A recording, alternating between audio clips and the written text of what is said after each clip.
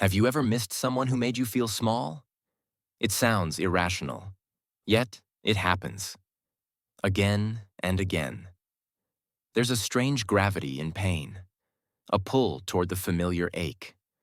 Carl Jung explained this as the power of the shadow, the unconscious parts of us that we deny, suppress, and yet attract. So maybe it's not really the person you miss. Maybe it's the part of you that felt seen, even for a second, in their presence, even if it came with hurt. You weren't craving the pain. You were craving the hope that the pain would finally end and turn into love. Emotional attachment isn't always love. Sometimes it's just fear, dressed as connection. Fear of being alone. Fear of not being chosen. Fear that without this person, you might disappear. The theory of self-determination says we need connection. But if we've only known love as something painful, then pain becomes the proof that love exists. And so we stay, not because it feels good, but because it feels familiar. You're not addicted to them. You're addicted to the moment they stop hurting you and smile. Because in that moment, you feel like you matter. But you've always mattered.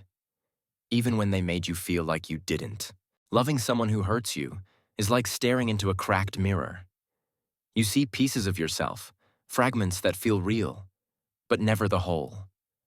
And the more you try to see yourself clearly through them, the more you bleed. You keep asking that broken mirror to show you who you are, but it never will. Because it's not your reflection that's wrong.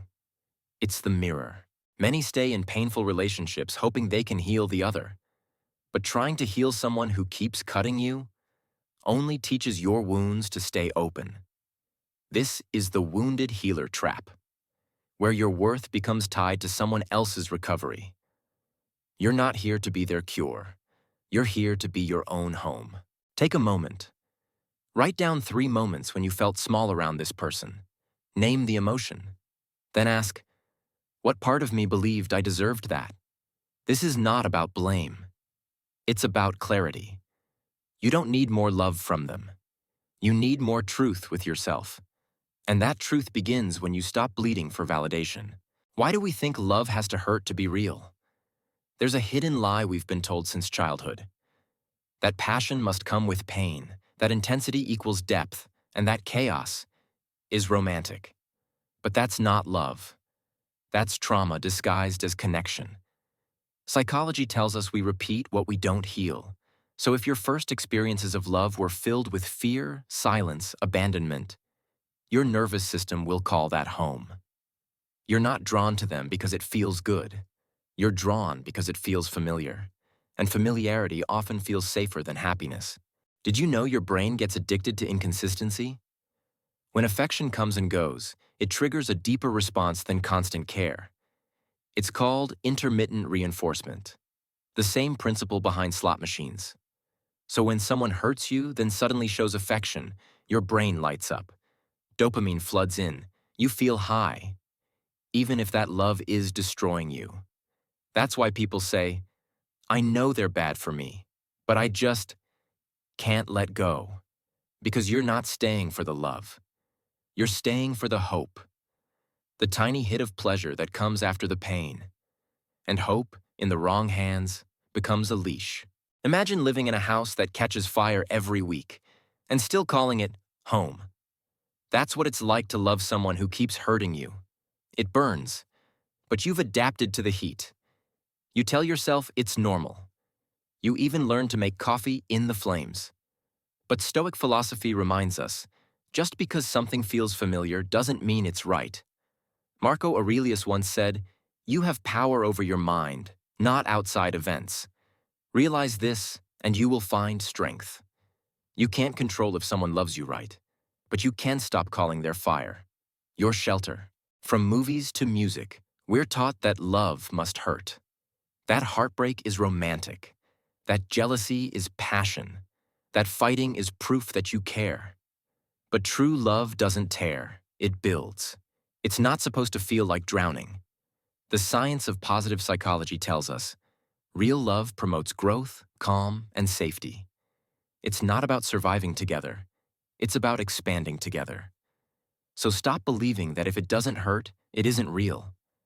Pain is not the price you pay for connection. Take a deep breath. Close your eyes for a moment and imagine your younger self, 8 or 9 years old. They're standing in front of you, quietly waiting. Now say to them, "You don't need to suffer to be loved. You don't have to earn your worth through pain." Then ask, "What kind of love do I want to give myself now?" Write that down. Make it real. Because the most powerful healing is not when someone finally loves you. It's when you decide to stop loving the pain. What if your longing for someone wasn't really about them? What if the ache inside isn't about who left, but what was missing long before they arrived? Emotional hunger is sneaky. It dresses up as love, but it's really the echo of parts of you that never felt fully seen. Carl Jung called this the disconnection from the self, the silent distance between who you truly are and who you've become trying to be loved. You're not missing a person. You're missing the version of yourself you hoped would be enough for them. But here's the truth. You were already enough. You just learned to starve for affection because you were never taught to feed your own soul. Why do we attach so deeply to those who barely stay? The Stoic philosopher Epictetus wrote, "It's not things that disturb us, but our view of them." You don't crave the person. You crave what they represented. Salvation, meaning, validation. Attachment isn't always about love. It's about the illusion that someone else will finally fix the emptiness inside you. But here's the paradox.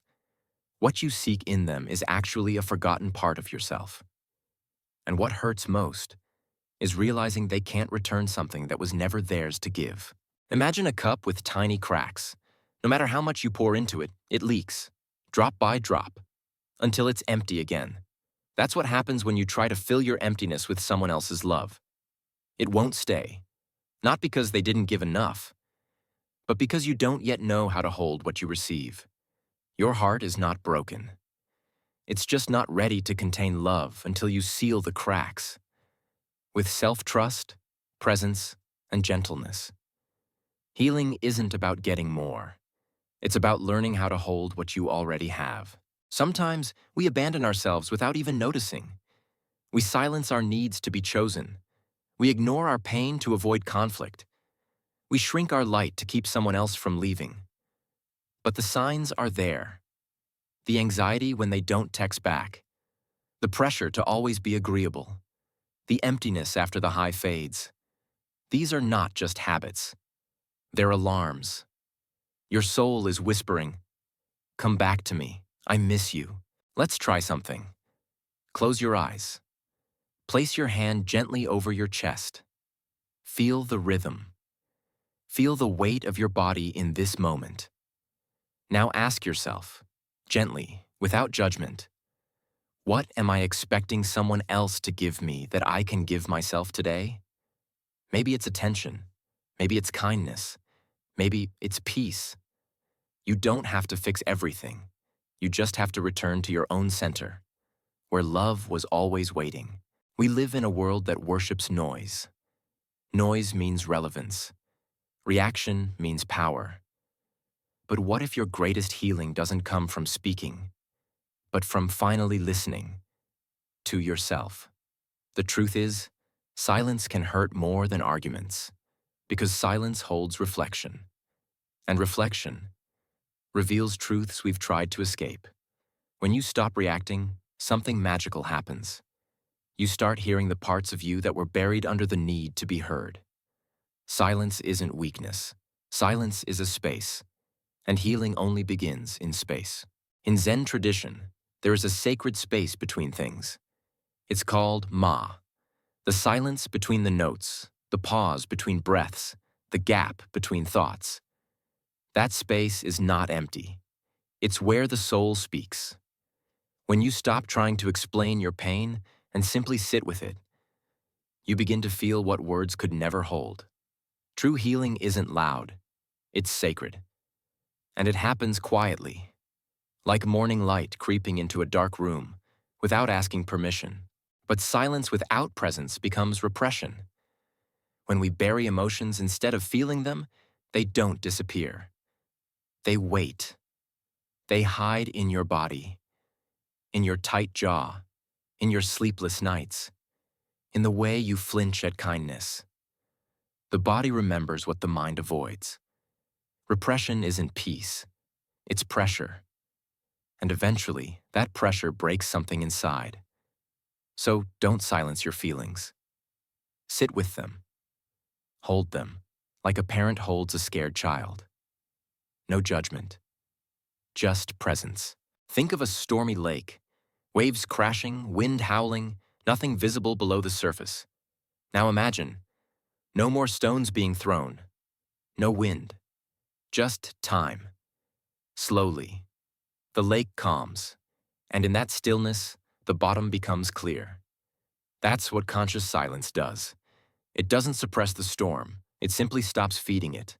And only when the water clears can you see what was there all along. Now try this. Sit comfortably. Inhale through your nose for 4 seconds. Hold it for 4. Then exhale slowly for 6. With each breath, repeat softly in your mind. I allow. I release. I return. Do this for just 5 minutes. And maybe you'll realize that the world outside isn't what needs to change. It's the world inside that's finally coming home. There comes a day when you don't beg anymore. You don't text. You don't chase. You don't try to prove you're worth loving.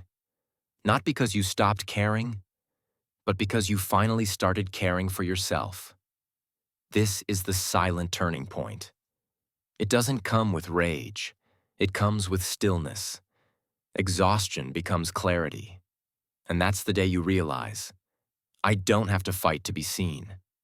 I just have to stop abandoning myself to be chosen.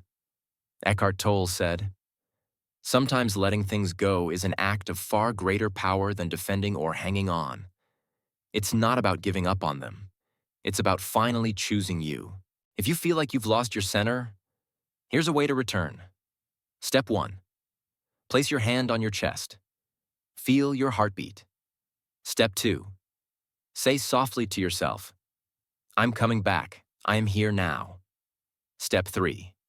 Choose one small act today that's only for you. A walk, a bath, a cup of tea in silence. Tiny rituals remind your nervous system.